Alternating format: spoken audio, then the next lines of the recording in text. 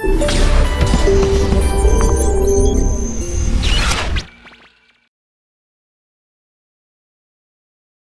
students, welcome to Uplift Education virtual classroom. Today we are in the science lesson. In our previous video, we discussed about different ways of expressing the composition of solutions we used in laboratories. Today in this video, we continue with that part and we are moving to a new part called preparation of standard solution according to one of the way we already discussed. Okay? Before I start the standards preparation method, we'll simply look at some unit conversion. That's something already we knew, but I think recalling that knowledge here will be very helpful for our next preparation part. We already know 1000 cubic centimeter is equal to 1 decimeter cube. Also, we know 1000 decimeter cube is equal to 1 cubic meter. Considering these two factors, I can say 1 million cubic centimeter is equal to 1 cubic meter. Also, we know the volume can be expressed in terms of liters and milliliters. We say 1000 milliliter is equal to 1 liter, right? This is something already we knew. Some of us might know, some of us might not know. So I just want to add another part called here saying 1 milliliter is equal to 1 cubic centimeter. So you know if this is equal, we can say 1 liter is equal to 1 decimeter cube. Also you can say 1000 milliliter is equal to 1 decimeter cube. Okay. In order to prepare a standard solution under laboratory conditions, we need some laboratory apparatus such as volumetric class corresponding to the required volume. In laboratory, we have different volume of volumetric class. Depending on the volume of solution or volume of the solution we are going to prepare, we select the required volumetric class. Another one is the wash bottle, wash glass, and a funnel. Okay, let's look at how we are going to prepare. But before we move into the practical part, we have some paperwork or we have some calculation based on the solution or based on the composition we are going to prepare. Let me say I have a task of preparing a solution. Let's say I have a task of preparing 500 cubic centimeter of 1 mole per decimeter cube of sodium chloride solution. Okay, I have 3 tasks. One is preparing the volume of 500 cubic centimeter. Second one, making the concentration of it is to be 1 mole per decimeter cube, and the solute is sodium chloride. Okay, let me say if I am what do you mean by this 1 mole per decimeter cube?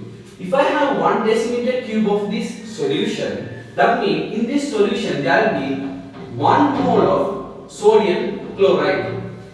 Okay, but my task is preparing 0.5 decimeter cube. Literally that is 100 cubic centimeter is equal to 0.5 decimeter cube. That means literally I need half the mole as previous. So I need 0.5 moles of sodium chloride. Let's look at the molar mass of sodium chloride. We know the molar mass of sodium chloride is equal to the summation of the molar mass of sodium plus molar mass of chlorine. So molar mass of sodium is 23 gram per mole and chlorine is 35.5 gram per mole. So if I get the total mass, I get 58.5 gram per mole. So since I am taking sodium chloride molar mass 1 mole, so I can say it is equal to 58.5 gram. And if I consider the half a mole or the mass of the half a mole of sodium chloride, it will be exactly half of the value of this. Let me take this value on top. So half of the 58.5 is I think I can use the lower space itself. Let me take the half a value is 29.25 gram, right? So my paperwork is done. I have found the mass of sodium chloride required to prepare the standard solution that I need. Now let's move into our practical part. Now I said we need a wash glass. So this is a wash glass. We keep the wash glass on a weighing scale. The weighing scale may be maybe a triple beam balance or Fowell beam balance or a even electronic balance. Depending on the laboratory, we can use different weighing scales. So we keep this wash glass on a weighing scale and we make the weighing scale 0. Then what we do is we keep on adding the powders of sodium chloride. Sodium chloride, very simple. The table salt that is available normally at our home, it's a solid powder. So we keep on adding this sodium chloride until we obtain the required mass that we calculated earlier. That is, we keep on adding sodium chloride until we get a mass of 29.25 gram. Right? After accurately measuring the mass of the sodium chloride, what do I do is I have to choose a correct volumetric class. If I am preparing a solution of 500 cubic centimeter, I need to choose a volumetric class of 500 cubic centimeter volume.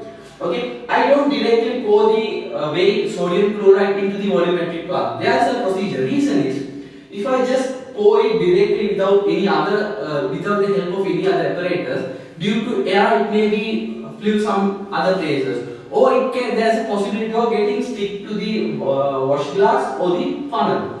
So what we do is we keep a funnel on top of this volumetric glass and we slowly pour the sodium chloride on the wash glass to this funnel, right? So but there is still some sodium chloride powder sticking in the walls of this wash glass. So what do we take a wash glass. This is a bottle filled with water and which has a long neck. Okay, we direct the long neck of this wash bottle into wash glass and we squeeze.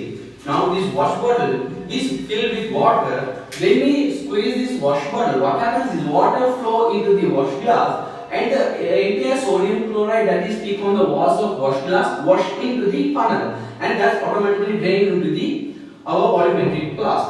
Okay, once all the sodium chloride is washed from this wash glass, we remove the wash glass and again we drain the water through the walls of this funnel. So make sure all the sodium chloride powder that stick on the funnel also get washed into our volumetric glass. Then what we do is we keep removing my wash glass, my funnel, everything. Then what I do is I keep on adding water until the 2/3 of the volumetric glass is filled with water. Okay. Once 2/3 of the volume of the sodium volumetric flask is filled with water, what do I do is I cover the neck of this volumetric flask. It may be using some other possible apparatus in the laboratory, or even we can use our thumb. We can use our thumb. We can close this opening portion of the volumetric flask. So what we do is we close the neck and we keep thoroughly shaking. The reason thoroughly shaking is sometimes some sodium chloride powder might not dissolve in the water we added. So that's the reason we very thoroughly shake. So once we thoroughly shake, all the sodium chloride powder dissolved and we get a sodium chloride solution. Okay. Then what we do is then we keep on adding water through this wash bottle again till what? In volumetric class we have a line here. We call it as the indicator mark or calibrated point. That indicates when water is filled up to this point, it says it contains 500 cubic centimeter of water. Okay, so I keep adding water until it reaches a very closer value to this indicator point. Once the water level reaches closer to the calibrated point, I have to be very accurate, because if I keep squeezing, sometimes the water might get added to a higher level, more than the 500 cubic centimeter. So once the water level reaches to calibrated point, I add very little by little, very carefully we have to do this. We add little by little so that we get the ministers of the water bubble exactly get line with this calibrated point. So whenever we are doing this adding water, we have to make sure we keeping our eye on laterally and perpendicular to this calibrated point. Okay. Now we are done. We have prepared a solution. Our volume is done 500 cubic centimeter, and we have chosen the correct mass. So we will have a standard solution of 1 mole per decimeter cube of sodium chloride, and its volume is 500 cubic centimeter. So now let us look at some precaution that we need to follow when we making these preparations. For example, when we making this calculation and this weighing thing, we have to be very accurate. Even the decimal values can cause a big change in the composition. So we have to be very accurate in calculation as well as weighing. Another thing is we have to make sure all these apparatus are very clean. If not, if there are some impurities, that also can be added to a solution and it will affect the concentration and composition of our solution. So we have to make sure our apparatus are clean and we have to make sure there is no impurities are added into the solution. Another thing, we have to make sure we are following the correct techniques when transferring the powders or even pouring water. We have to make sure we are following the correct procedures. So considering the efficiency of teaching and studying of yours and ours, our team has decided to make our video short. So we'll wind up this video here and we'll catch up you in the next video. If you have any questions or doubts, even suggestions and feedbacks, you are free to use the comment section.